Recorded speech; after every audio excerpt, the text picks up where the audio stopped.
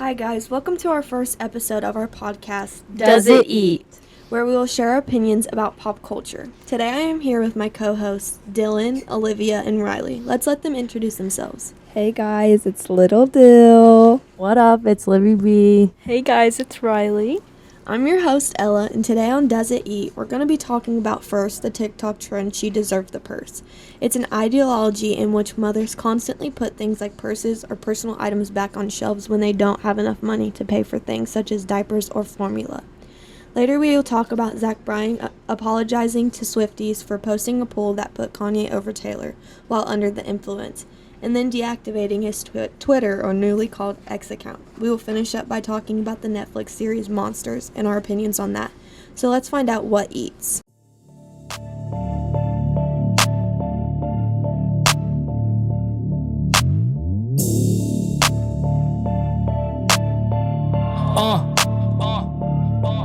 Yeah. Well, to start on the TikTok trend, I would definitely like to say that I love that it's become a trend to put money inside of like the diapers and the formula cans and like put it back on the shelf so that the people can grab it, and it's just kind of like a happy moment to have that money. I've seen many videos about that recently, and I think that's really cute. Yes, I think we all deserve to buy ourselves something sometimes, especially if you're a mother. The smallest things can really open someone's eyes or turn someone's day around, and I think that's a good thing for people. I think the idea of the trend is really sweet, but then there's the videos coming out where people are going into the stores and ripping up boxes of diapers and formula cans are being opened just because the people are coming in and looking for the money, and that just leaves nothing left to the parents who might actually need it for the trend. And I like the idea of it, but I just think that people are posting them leaving the money for attention at this point, and if you're going to do the good deed, just let it go unnoticed and leave it alone. Exactly. People are taking away from something that is supposed to be a good thing. And, what do you guys think of that? I don't know. In my opinion, I feel like that's so, I saw a TikTok the other day, for instance, and it was, this mother was actually in there, and she was, going to buy diapers, but then there was, 3 teenage girls, and they were just, opening up everything, and, she, went up and said something to them. How do you guys feel about that? Right, I think that I do like the idea of the trend, it was sweet, but I think that the trend just got blown out of proportion so much, it just shouldn't be a thing where people are going in and taking the money, because that's just disrespectful to the struggling mothers out there who might actually need that money for something, because it is hard. I'd say that we can easily agree that the trend of leaving money for those struggling parents definitely eats, but people going out of their way to ruin something like that, like the teenagers that Dylan said, it doesn't eat. And if you're someone that's taking this money, you really need to think about what you're doing with your life. So I think us girls can all agree that this trend eats. Now to Zach Bryan and his constant shenanigans. I just feel like this guy is always in trouble for something. Exactly. It almost feels like he's always getting bashed for something on social media. I mean, personally, I think that his music is great, whatever, but he's always a topic of conversation, especially online. I think, of course, he's entitled to an opinion too, but when he shares it, people go crazy, and we start back at square one, where he comes out and apologizes, and then it's a huge deal all over again. I agree with you, Olivia. I think he's always getting flamed for his behavior, but I think he's so open-minded, and he just says what he wants, which is his problem. And I think if someone would just take his phone some nights, these things would not happen.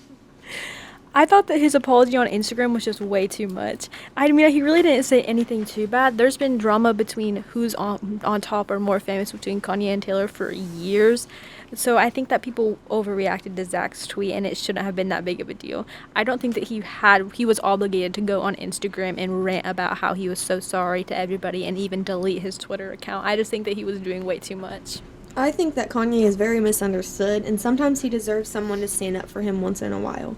I personally side with Liv on this because Zach is always getting canceled and the Swifties are crazy.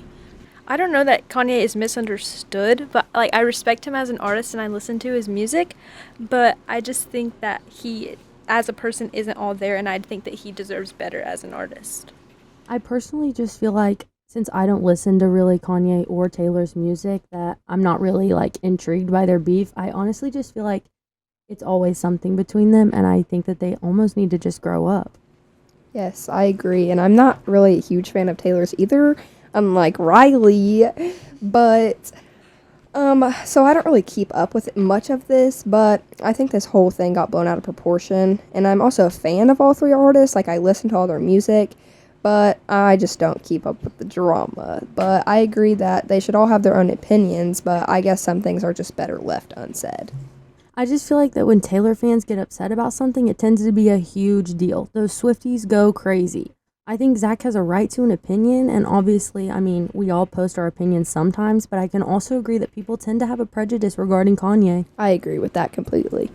I personally love Kanye. I like Taylor too, but I will always side with Kanye. I just don't know what it is, but I just have to side with Kanye on this one. I think that Zach would have eaten if he didn't go on Instagram and apologize and deactivate his Twitter account. It's not right to cancel someone based off their opinions, so we can all agree that this Does not eat. Finally, to finish up today's episode, we will talk about the uprise of discussion on social media. That is the new Netflix series that came out last week called Monsters. I have actually been obsessed with this case of the Menendez brothers since I learned about it years ago. I've watched so many like court films and the raw films, everything from like literally anything you can think of.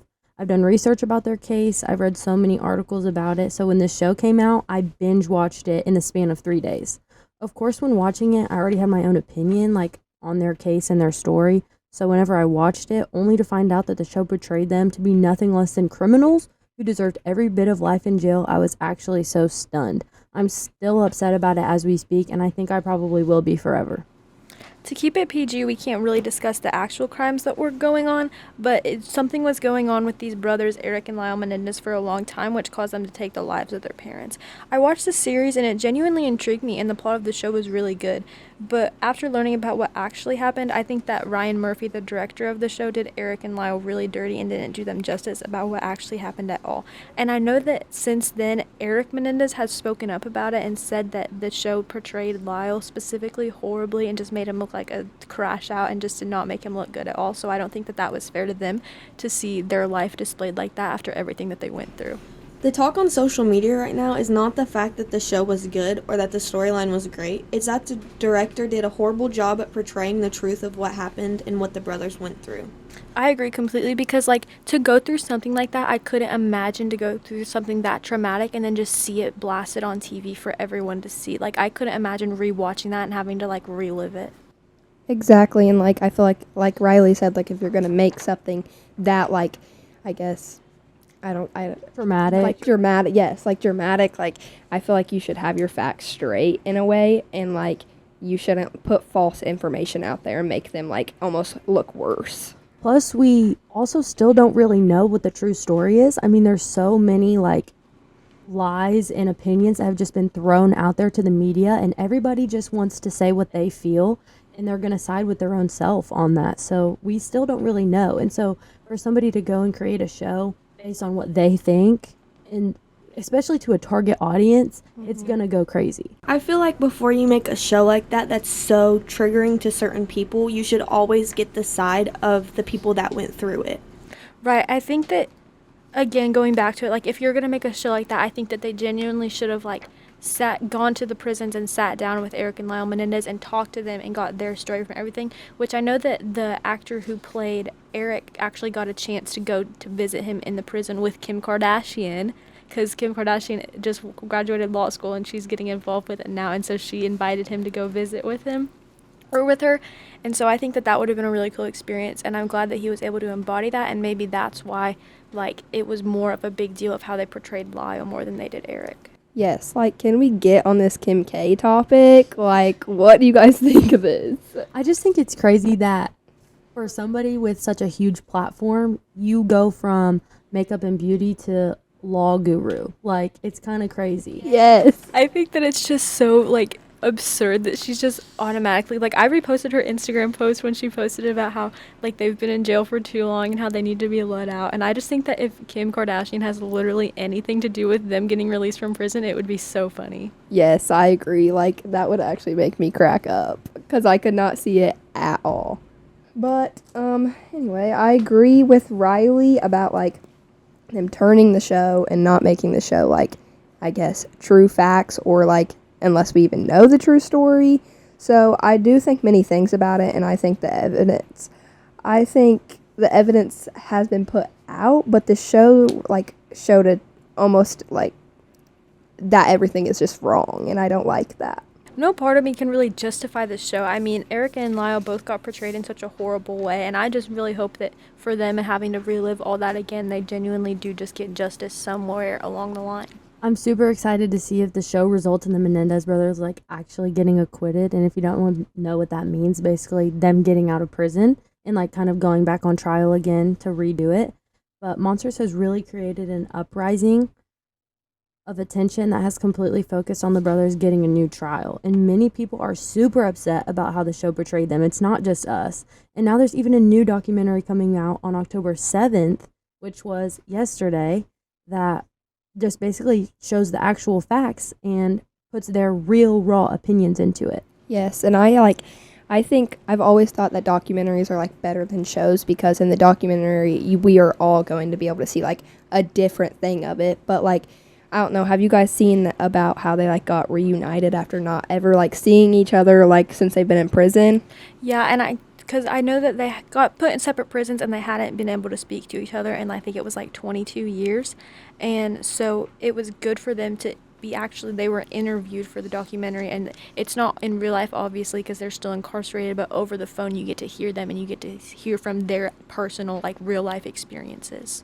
And I think that it's going to help a lot of people to actually like know the full truth coming from a first person example. Like the brothers are truly going to be able to share the true facts in their side of the story instead of people just going off of what they see online. I saw clips on TikTok of a lady that spoke on the documentary. I haven't watched it yet, but where she talked about how the only reason that they even came out with this documentary is because of how much the case has blown up ever since the show came out, and how everyone's just petitioning for them to get out. So I think that's kind of crazy how like the influence on TikTok is bringing them back on trial, and I think that's crazy that can happen. Yes, I agree. Like, I think that like the brothers should have their justice, and I think it's so cool that they're like back together, because like I couldn't imagine not seeing my sibling for like years and years and years and being in two separate prisons and then just finally getting back together, and then like you're like almost famous but you're in jail. I feel like from the show there's negatives and positives coming out of this. Like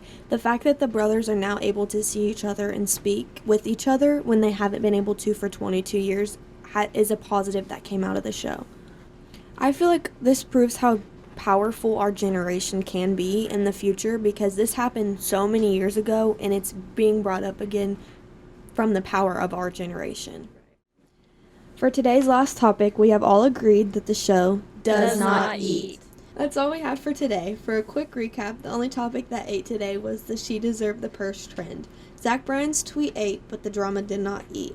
And finally, for our last topic, the show Monsters did not eat. Stay tuned for the next episode. We will talk about even more pop culture. Thanks for listening to our first episode of Does It Eat?